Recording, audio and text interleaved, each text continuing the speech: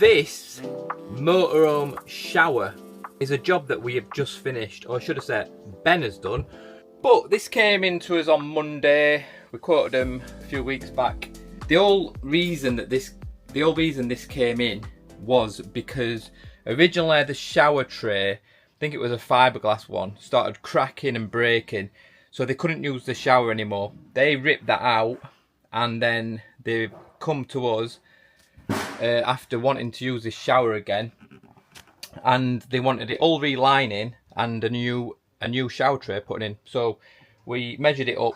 We ordered a Roma shower tray, and we powder coated that black, and we also ordered a unit. So we needed to get a small sink. So what we did is we ordered this small unit. The whole idea was to create more space for the customer, and he had the original unit went around this corner, around the back, so we needed to keep the space to a maximum. So this unit's gone in, and then at the side of this unit, sink unit, we have actually built a little cupboard there as well. So from inside the toilet, we get that down there. This is the unit we bought in, and all the plumbing goes down there. And then this is the additional unit that we've built in there. We built that, painted it white, and a little step down here so things don't fall in the sink. We've relined all this, and we've also replaced this mirror unit, which they did ask us to. So we've had to change this tap for the original because it has a shower point on there, which then goes there, and then there's a curtain rail that goes around this top as well. So that's finished now. I'm just going to get that hoovered up, and then this one's ready to collect.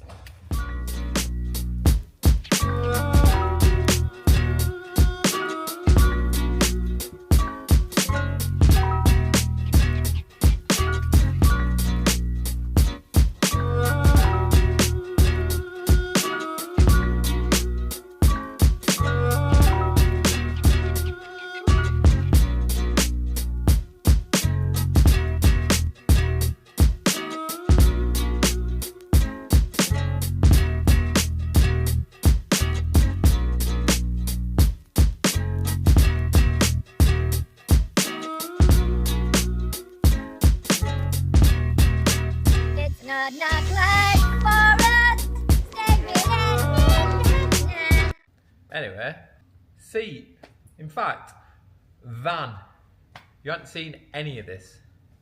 This is the new project that I'm working on right now, and as you can see, we have a double fixed seat, and I've just cut out the floor of this, and we did the pilot holes, and now we've drilled through for the bolts for this to be fastened down.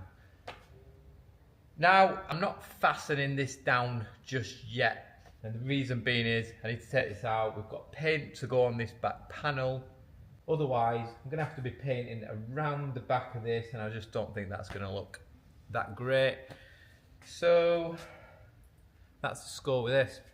But come here, this is not a shower. This was going to be a shower, but there's a lot of stuff to cram in here. It is an high-top, and that extra room is absolutely amazing. Especially when you have one of these seats, they do take quite a lot of room up. That's also going to eat into the kitchen, so we can't make the kitchen as deep as we would normally like to. We have two swivels in the front. We have this up here, which is not an overhead storage. It's actually a bed. And then this is gone from a shower room into a toilet cubicle. We've made this as small as possible, and fitting a shower and having to put in a thicker wall here for a shower also pushed this seat further forward, and we've actually, if we could, we'd probably add this slightly further back, but we can't do that. Like I said, we're trying to fit everything into this van, or as much as we possibly can. It's for a family of 4, and you've just seen one bed, so this one is the other bed, and this one is the last bed, which is a double. So quite a unique van, and quite enjoyable to actually work on and see how it's coming together. I'll nip round the back and just show you other criteria that we needed to tick off. So spin. So as you can see, that's the bed, and I need a ladder to get up there because it is an extra I vehicle. Now down here, you could probably see that the bed is not all the way to the back.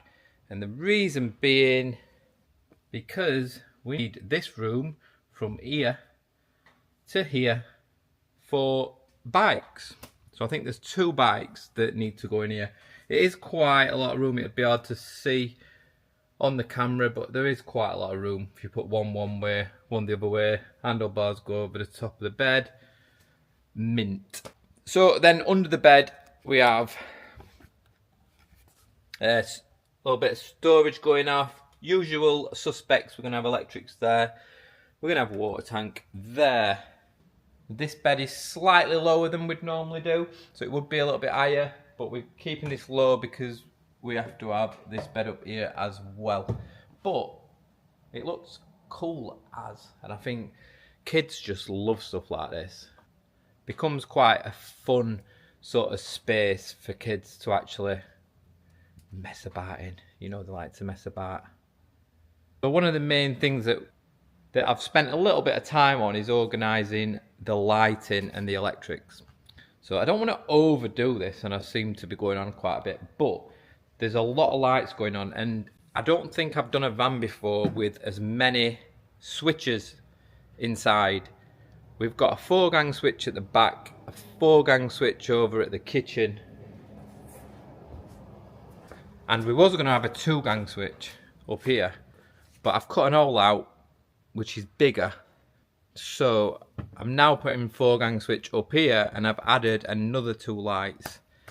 The whole idea of all the switches was because it's a family that everybody kind of gets to control the lighting. And it's not just down to one person and doing it from here. So if you've got somebody up there, or somebody down here, somebody around here, someone around here, you don't all want to be getting up and going to one point of call.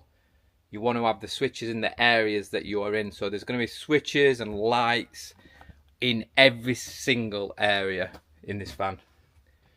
So it's just going to make it a lot more user friendly.